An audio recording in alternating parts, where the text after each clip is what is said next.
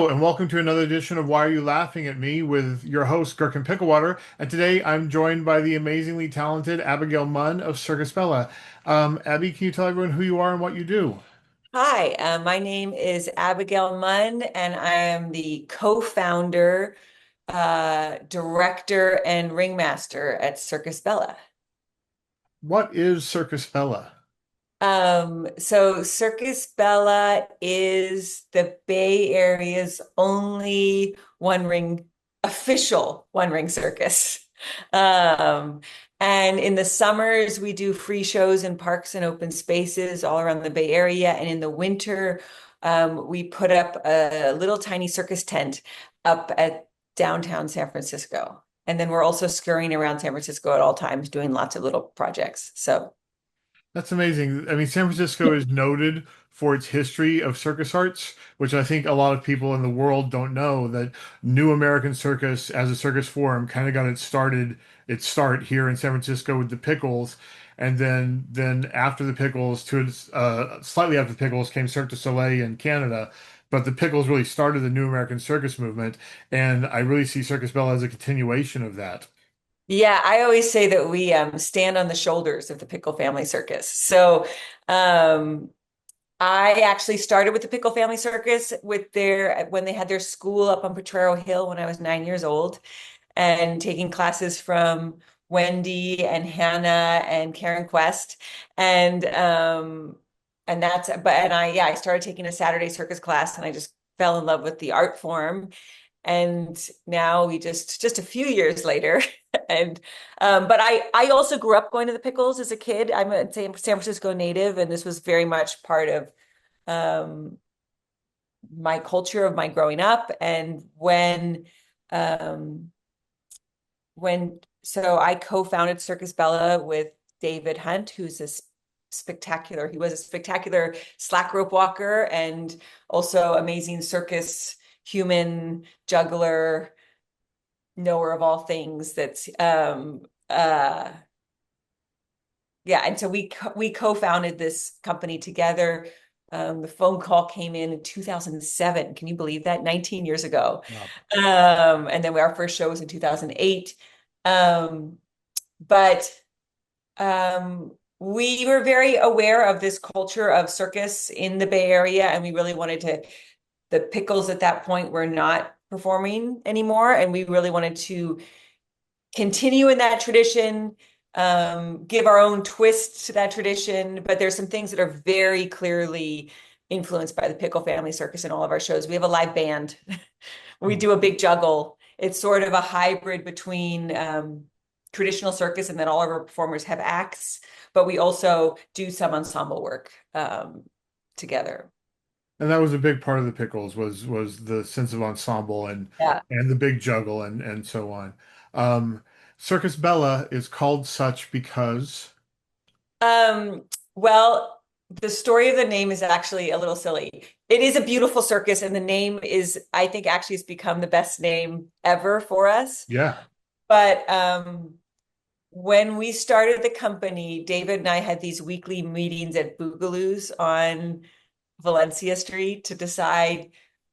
I don't know. It's so interesting. When I was in my mid 20s, I had so many little projects and creative things, but as we all do, little shows that you do a one-off. But this somehow we knew that this was important. So we had a series of breakfast meetings to talk about what we wanted this company to be. The phone call came in, and this is the kind of the origin story of Circus Bella is somebody called me and said, "Do you have a circus?" And I was like, yeah. And then I called David and I said, "Okay, we have a gig."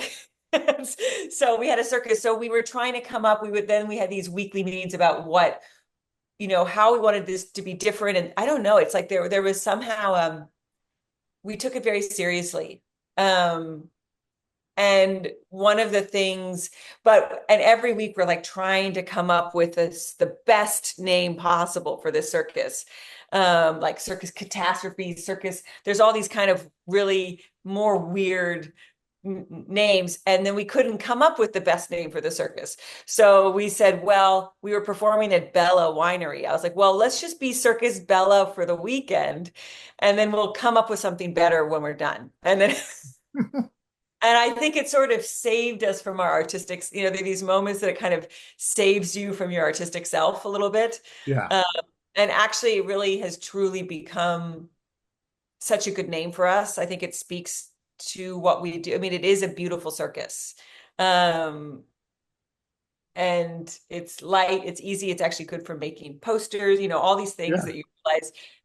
But yeah, the origin of the name is very, it was a moment of just like, well, let's just do that for this weekend and we'll come up with something better. But we couldn't ever come up with anything better. And so here we are all It's a these years. gorgeous name and it fits so well. And names are so important. I name myself mine is also a reference to the pickles, obviously. Right, of course. I wanted to be, to admit I am an imitation of that. I am less than, but that is what I'm striving for in the Yeah. pickle water. And the gherkin was just, the little pickle. So Yeah, yeah. absolutely. So So, why why do you do circus? um, I truly believe there's nothing else I can do. I think like I it's to me, I always try to make sure I use um circus arts together in every because it is the art form that speaks to me Mhm. the most. Because it's this wonderful intersection of technical skill, lots high level Yeah, technical skill, humor, and beauty. And what I love in a good circus show is that you're going to have all the emotions and textures and circus is life. It really, to me, it's like, yeah, I don't even know. I can't like I really just it's not even that why do I do it? It's like there's like when you're like, what else would you do? I'm like, it's so, I mean, I still remember walking in that when I walked into the church when I took my first circus class, and I'm like, and I feel like for me, and you'll see this in the show, is like my big influences artistically are Muppet shows and MGM musicals.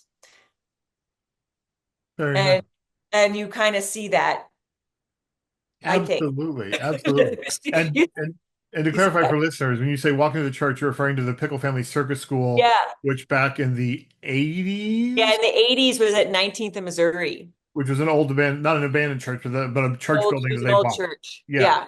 I mean, I can still picture it. Like I walked in and there's a picture of Buster Keaton on this side, and there was like a lion clatting on this way. And I still can remember the smell. And it was like you would go upstairs and kind of creaky. And like I just really, it made such an impression on me. And I've done a lot of, there was a road before I ended up I mean, I performed with the Pickles when I was a kid, and then I had circus in my high school, and I was doing it, but I also did a lot of dance, which then led me to kind of a burlesque career. And then I was doing Wild West shows for a while Oh, because, wow.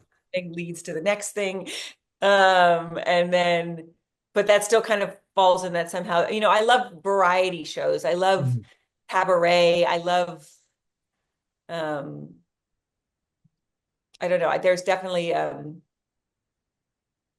I have an aesthetic that I've So had since I was 9. So, in, um, in yeah. previous years, you did trapeze in Circus Bella.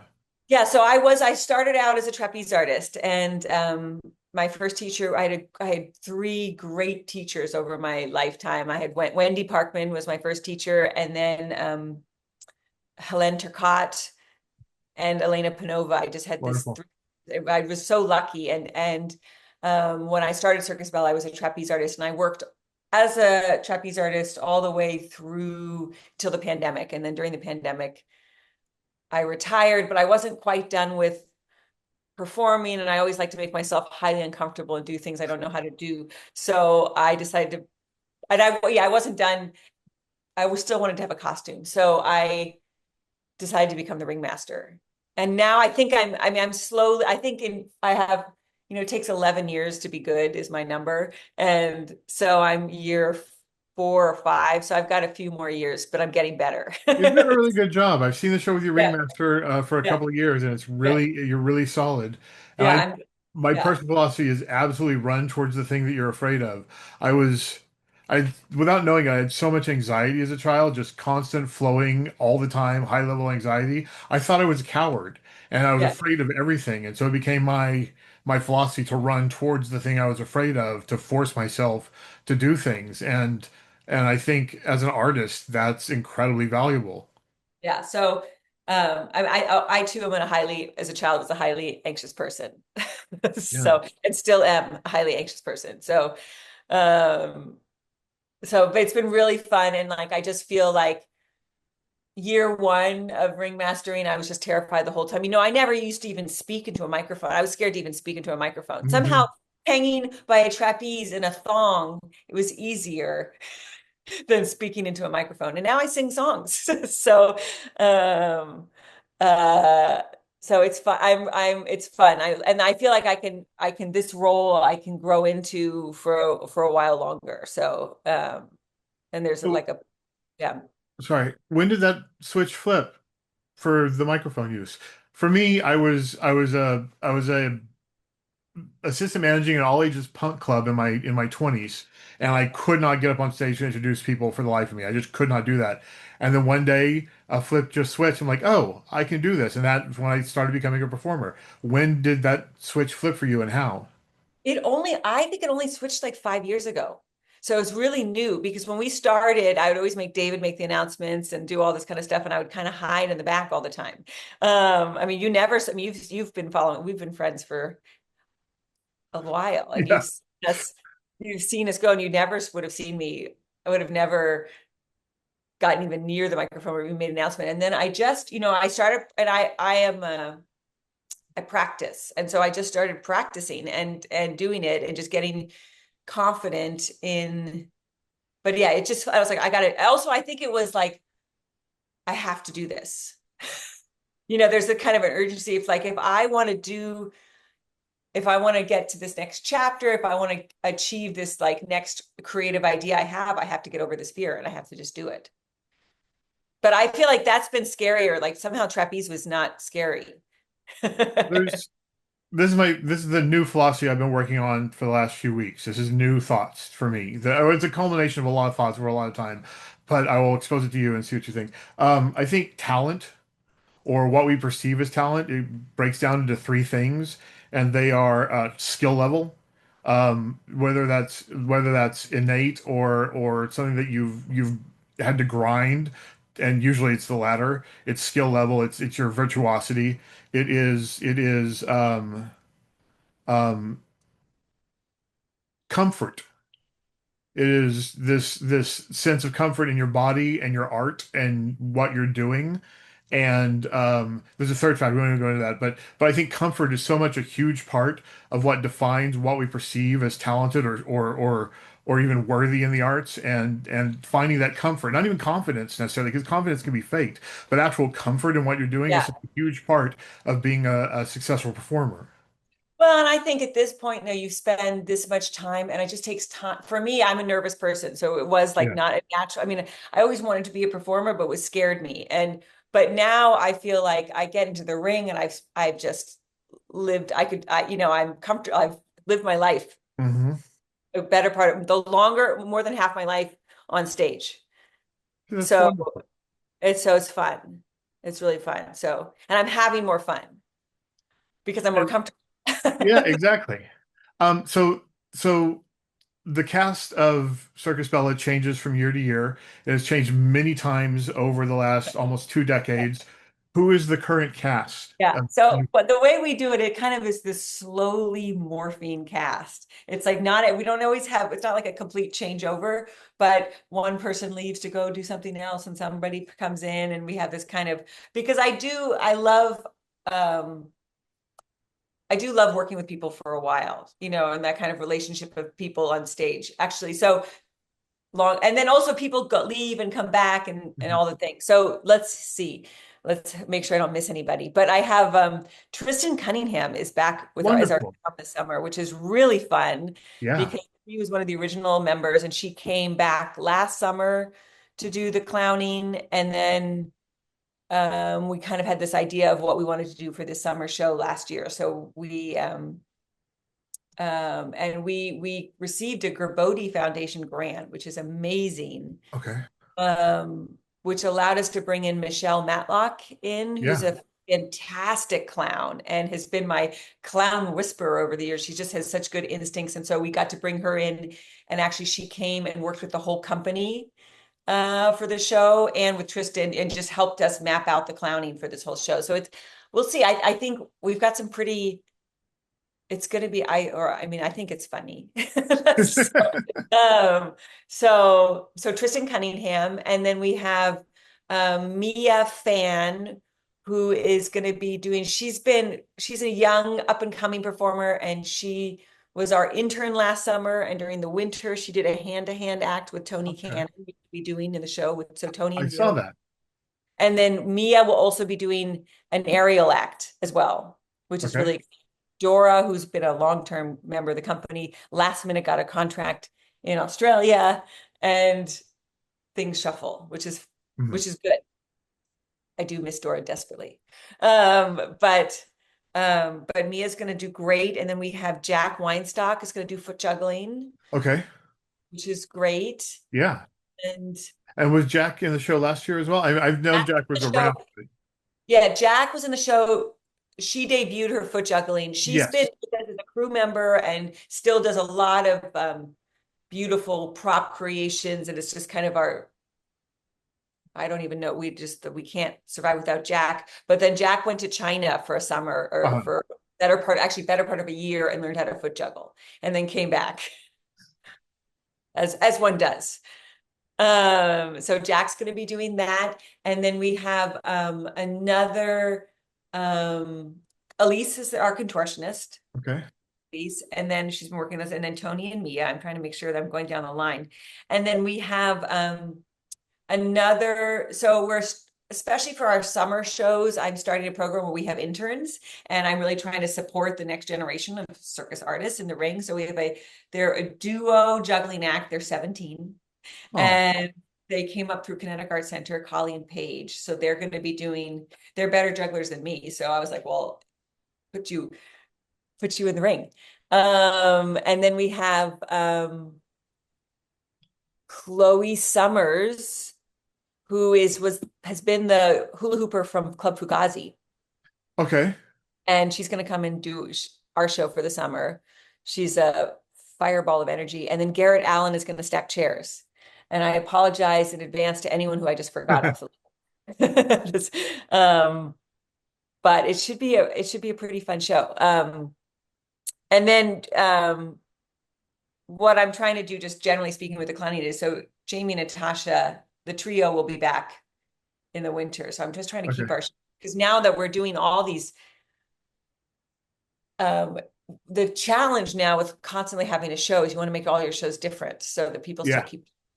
Yeah, that's really hard. I just did a two-man show with the clown Nick Dixon at Church of Clown, and like 8 people came because it looked too, well, I think in part because it looked too much like the show I did last year in terms of the advertising and titling, and that I think people just thought it was the same show again that they'd already seen. And it was, yeah, I get what you're coming from there. Yeah, so I just feel like, especially because in the winter we're selling tickets. Yeah. And that winter show was amazing. You have so you own your own big, you said it's a We smaller don't, we shop. still we still rent. We still Okay. rent it. It's um yeah, for now this is the best thing. We rent it from a wonderful man named Kirk Marsh, who has a beautiful tent. And What kind of tent is it? I was getting the it's weeds, but it's a little French tent, and I don't know, I can't remember the name. okay. It's gorgeous. It's It's a gorgeous gorgeous. tent. You've got a lovely setup. Um, and you do again circus in the round as it's Yeah. intended to be at the East Cut. Is it still at East the Cut. East Cut this year? Okay, we have a couple more years at the East Cut, so fingers crossed we have a couple more years there. And Okay, then what I wonderful. love also, we put the band, my favorite thing is to put how we put the band over the portal, which is also how I feel it's supposed to be. It's Nice. also, I feel very strongly about having a live band. Yeah. Um, That's let's part of, let's talk a little bit about the live band. Rob Reich was an amazing artist, an amazing person. yeah, He just recently passed. yeah, I would hire him whenever I was tasked with hiring a musician of any kind, he would be my first go-to. absolutely. Um, He was the best. I mean, we worked together even before Circus Bella. So we worked together in projects since I was 22. So we were I mean, it was like there are these rare artistic, I know we do math, but like 25 years we worked together, 24, 25. So and there are these people in your life. I mean, I feel so lucky. There are these people in your lives that are just like when you find your artistic partner. And I found that with Rob. We worked together for so long on so many projects, and I feel like everybody should be so fortunate to have that artistic partnership at least once yeah, in your life. Um, absolutely. so that's and I still miss him every day, but I also feel like what where he left us on strong footing, and with this kind of we have a legacy of music, so we're digging out pieces of music that we haven't heard in a long time, but we're still also writing new music, and he kind of created a way of working. And also the first couple of years of having a band, everyone's like, Abby, why are you spending the money on a live band? This is so expensive. You could just push play on the CD and it would be so much cheaper and so much easier and all this kind of stuff. And I always was sticking to my guns, live band, live band. We don't go out and there were shows that we didn't do because I was like, if you don't have the band, we're not coming out. And now it's actually so, but after so many years of great music, um, now our band is everyone's like, well, of course Circus Bella has the band. Yeah, that's, yeah. that's part of them. Part And of, so did Rob write all the music, the majority of the music, he or wrote all the music. Everything, it was yeah, always all original music. And we would always, and we were then that's what we're doing now is we would always pick songs that we hadn't heard in a while and rearrange them for something new. I mean, this is actually, we're working on this big archive project. And the hilarious thing is the names are all so weird. We're like, what was that? What did we use that? And we use some pieces for so many different things that they have all different names. We're like, unicycle, Cossack, hoist, chairs. That's all the same song. So which is wonderful. So we're kind of working through that. But so and we're doing the same thing now. We actually Ian, we have now the same band is there, except we have Katie Steffen, who's an amazing keyboard player, stepping into the new seat. And we're gonna, the band's it sounds different, but as it should. And we're still, yeah. So the plan is to play some of his new songs and then also write new music as well, because great. that's what we do. So, Ian wrote this amazing disco number that's going into the summer for the hula hoop. oh, that's very cool. That's Yeah. very cool. Um, what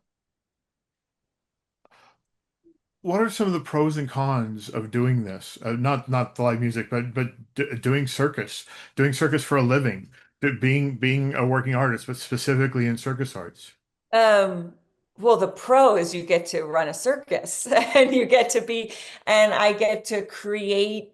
I'm very um careful about who I bring into the company. So it's only people who I want to get up and unload a truck with at 7 a.m. in the morning. So I am getting to create with some of the most dear, wonderful, beautiful humans in the world. And I get to go to work and do that. And I also that I get to, it's like hearing the laughter and hearing the applause. I mean, there's just nothing better.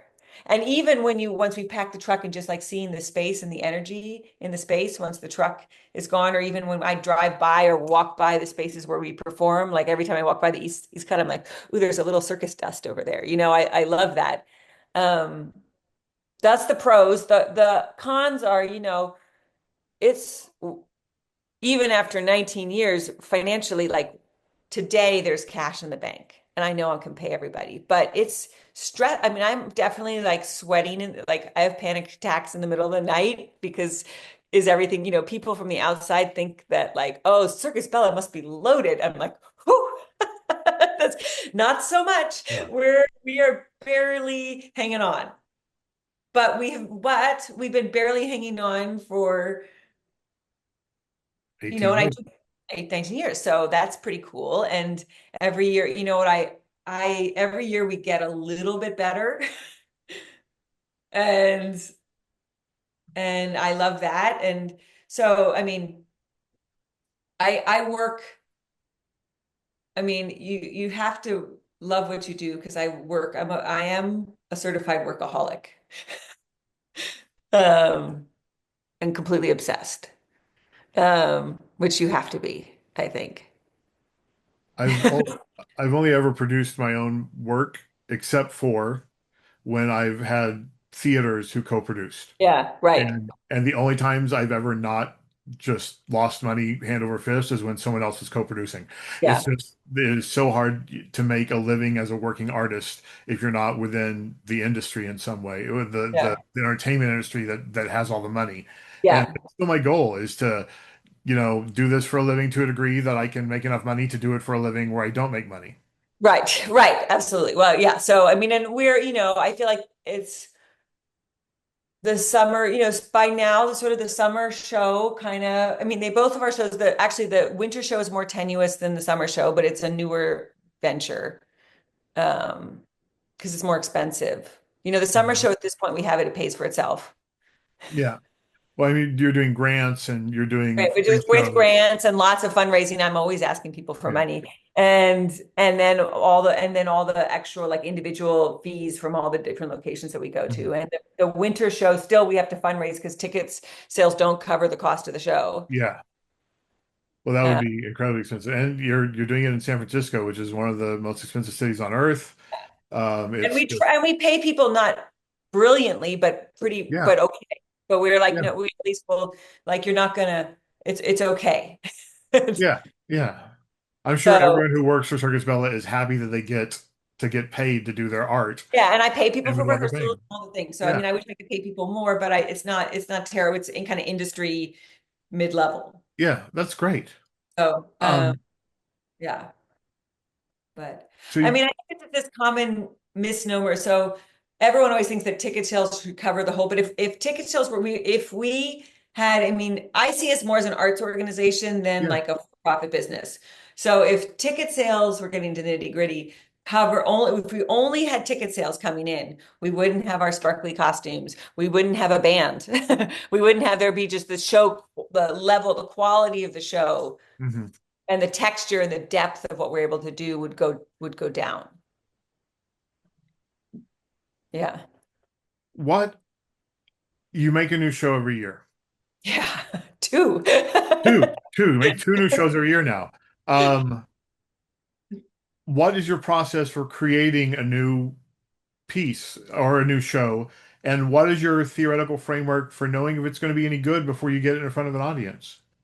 Um, I mean, I think create because I'm still more in the traditional circus realm, the concept is light, but usually and every show is a little bit different, but usually it kind of goes for these couple things. First, I usually come up with a name or a theme for what this year's show is. So, and then so that's step one. And then I look at who of the cast is returning and who in the cast, like where are my casting needs? Like who's returning or who do I have cast and where the needs are? So that's like number two. So it's more, I think, it's funny. Circus, I feel like in some ways is more about rigging and logistics. And then you put the creativity in. That's where you have the that first, or what's the space that you're going to be in, it's and the limitations of the space. So and I'm trying, in some ways I think I'm trying to pull. The summer show is a little bit more variety, kind of a little bit more of a cabaret. um not that it's adult, but it's more of a little bit more because we can have a light cues. It can be a little sassier, it can be a little more subtle. The outdoor show just has to be big and loud. Yeah. Because we're competing with Muni, buses and Mhm. bells and seagulls pooping in a ring and all the things. So like, um, So yeah, I guess it's like first I kind of come up with a general idea. Like for example, this summer, well, the work I had to write the grant. I had to this summer was different because I had to write a grant for this Grabodi grant. I was writing it the week Rob died, and I'm supposed to come up Oh. with it with the show. And I was like, I don't even want to do the show that we have to do right now, let alone think about like I was pretty much ready to quit the whole thing. I was like, how am I even? So I was like, well, okay, how am I even getting through this? Laughter. So and resilient and so the working title, which I wasn't going to use, was called resilience, which was too sometimes I come up with like a word that can't be like I was like, if you're gonna have to explain it to everybody in a microphone, not a good title. Like I was like picturing myself, see guys, it's called resilience. Do you get it? And I was like, that's not gonna work. So, but at least that was enough to get the grant because it was enough, working title. So, but the idea was there was two things I was exploring, and you'll see them in the summer is yeah, the whole premise is that Tristan loses her laughter and she has to get it back. Okay. That's pretty cool. So that's what that I is. like And that then, as a concept. Yeah. yeah, so that's what it is. And then so that was what and then so yeah, finding your laughter. And then the other thing I was thinking about is especially is the intergenerational nature of circus. And so actually Carla, because I love to dress up like Carlo's children, um, I'm the ringmaster and then Juicy. So I'm kind of calling myself, I'm like the 1.2 in clown theory. I'm like just the Yeah. slightly, and the number one is going to be Juicy, who's 10 in a matching outfit as me. So we have a little play. I'm setting myself to be upstaged the entire Nice. summer. But That's uh, very cool. so, and there's another little bit that I don't want to keep Yeah. up to show, but there's some, so also talking about like, that's like, I guess I was thinking about resilience and how do we keep moving forward was sort of what my thinking was for this show when I was writing a grant while weeping of my lost collaborator. Um, and so I was thinking about the next generation. June, Rob's daughter, is very involved in our show. She sells merch. She's around with us all summer long. So yeah, I was just thinking about how we're fueled by the next generation as well. And circus. This is also, I think, something special about circus is there is this handing over of, I even talk about my coaches like you're handing your act or there's this passing of the torch in circus. And I think that in two ways, I love our show because our youngest cast member is two. The smallest costume is for a 2-year-old. And then, Carlo and I are a little older. And there's so many generations and some of our band members are a little bit older. So, but there's so many generations represented in the ring. Nice. So And so the second half of that question was, how do you know it's going to be any good before you get it in front of an audience? I don't. I Okay. mean, I will say that our shows, if you see them, there's kind of a formula I follow a little bit. Okay. I mean, usually it's like I mean, and I'm always trying to rest on like, I think, but yeah, you don't know. You have Yeah. no idea. We'll find out. I mean, we have our preview at DeFremery Park on Wednesday, and will be the first time in front of an audience. And some things won't work. You And said, we'll scramble things around a little bit. It's like that's why you have to have a preview. so where is it? Oh, it's at DeFremery Park in West Oakland, Oh, which okay. is a beautiful park in West Oakland. We've always done our preview there. It's at 5:30 if you want us to see, if anyone wants to see us try things on. Okay. Uh, DeFremery Park in West Oakland at 5:30 on Wednesday, I'm not allowed to say the days, 3rd. the third, on Wednesday the Wednesday third. the 3rd. Okay, great. So, This but this go ahead. yeah, I don't ever know if it's going to work or not.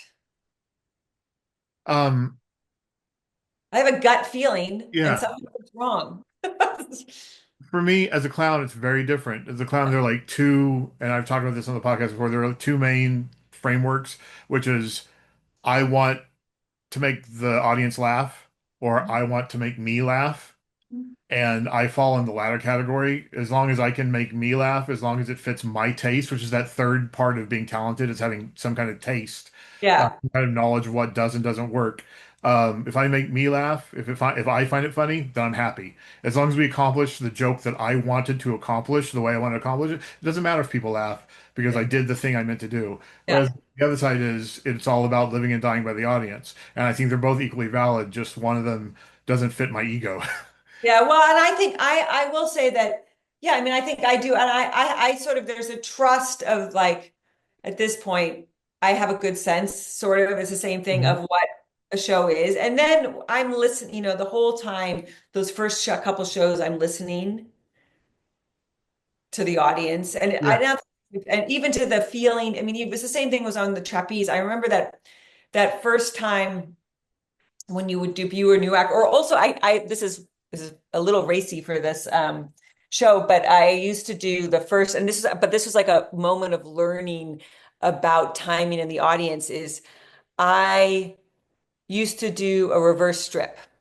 Okay. Yeah. And I would come out in a bathrobe and go vam, and it was then I was in a nude thong and some pasties. And the first time I did it, everyone there was this, and I to me wasn't surprised by it all because I knew it was Mhm. coming. But then it was that learning of like, oh, I need to take a beat here because I know, like, so that this, I know the secret's about to happen. They know it, so we can all connect at this particular moment before I start. That's kind of learning. I think there's the final piece of the puzzle of like you plan it all out, but there's just this extra massaging that has to happen once the audience comes around. And we will be Circus Bella will be tweaking things until the last show. We will be adjusting, futzing. Oh wait, this can be better until the final show. And there's a lot of again, my world comedy. There's a lot of comedians who do it that way. They start off, what's his name? Her name. Um, the British trans comedian who was really big. Oh, yes. I'm blanking on their name right now. Eddie Izzard. Yeah, now they're Not something there's else. They're not something Eddie else. anymore, Right. but yeah, Yeah. yeah, they I think it's Susie Eddie Izzard now. Right. But they would start their tour with their old tour. And they'd start the tour with the exact same show they'd ended their last tour with and just change it every night until they had an entirely new tour. Oh, I love that. That's very cool. Yeah. For me, when I go out, I can't hear the audience Yeah. and I can barely, I mean, I see them to the degree that I interact with them, but I can't hear them. I Yeah. don't know if they're laughing or not. I mean, I can hear them, but Right. I Right. can't I guess it. register Yeah. how they're responding. I can register how they're responding to my co-performers. I Yeah. can hear that. I can hear when the laughs aren't hitting, when the jokes aren't hitting. When I'm out there, I can't register it. They're just white noise, Yeah. except to the degree that I'm directly interacting with them one on one. We're running out of time, and I had a few more questions I wanted to get in. What is a project in your oeuvre of Circus Bella or beyond Yeah. that you are particularly proud of? Oh. A show or a performance or something that you were particularly proud of. Not necessarily the most proud of, but just particularly proud. Oh, we just recently, I think I am proud of this. We did something kind of different recently. We did this little show at Club Fugazi on Friday Okay. night. And because we had no budget, not enough performers, and not enough time, I decided to do something different. And I did, once again, jumping into things that are scary and uncomfortable. We did it as a night. I was kind of calling it the Circus Bella Moth Radio Hour, but I did a little storytelling about Circus Bella and the founding of interspersed No, with and I sang a few more songs, and then we still had circus acts, and we had the band behind me tinkling away as I told my stories. Um, but it was a fun new idea, and it yeah, was kind of a different genre and something I hadn't done before. And I was proud about how well it went for the first try stab at it. And yeah, it was a really cool night. that sounds really cool. Yeah, I Okay, know. Everyone so was like, "Oh," and I didn't know. Once again, I was a stress case about it because I was highly uncomfortable and having to say a lot of lines. But it was cool and vulnerable, and yeah, because and fun, and I'm proud of it, and we'll do something again like that. that's So very cool. yeah, So we talked a lot about the history and current status of Circus Bella. What's the future of Circus Bella? more shows. More shows. I mean, I think it's like I still feel like we've only achieved, like I have a picture of what I want the show to look like, and right now we're only a quarter of the way there. So, but I also feel like so the future, I would love to be able to like both summer season and winter season, longer seasons. Um, just get a not, but I want to get a little bit bigger. I want to get there's just a little bit more technically that I want to be able to do. So we have to get a little bigger, but I also still want to always make sure we keep the heart and the soul and the community feel. I think it's also because like our Circus Bella fans, they're like our family, and I want to make sure that they're still like when you walk in that Circus Bella tent, and I like, because I take the tickets, I love taking the tickets at the tent. I'm there to greet. If I'm not taking tickets, some catastrophe is going on backstage that I'm trying to solve. But like, I love, yeah, I just want to keep widening our tent and widening the community. And, the more shows we do, the more performers we can hire. Um, you know, and so, yeah, just more. More is a laudable goal. Yeah. All right. So, Abigail Munn, Circus Yeah. Bella ringmaster, where can people find your work? So you could go to circusbella.org and all of our shows are listed there. And we'll be starting, we have our preview on Wednesday. And then we start our summer tour and we'll be in parks and open spaces around the Bay Area and beyond in June and July. And then our winter show will be going in December and January this year. So And those June, July shows in the public, those are all free. they're completely free. You don't have to make a reservation. You just need to show up. And are you coming to the South Bay again this year? We will be in Menlo Park and Burlingame. Great. Then we will bring Yeah. the mother-in-law out to see it again. That's Yeah, yeah, cool. yeah. Yeah, Burlingame is a new location for us. And Menlo Park is wonderful. Wonderful. Well, Babby, thank you so much. Thank you. Thank you so And much. thank you all for joining us today I'm a on the big Bay Show. fan of Abraham and Gherkin Pickleball. I've Oh, always been a big fan. So I'm so honored to be here. thank you. Um, we thank you for joining us tonight on both Discount Music Warehouse and Why Are You Laughing at Me? And we hope to talk to you again very soon. Thank you.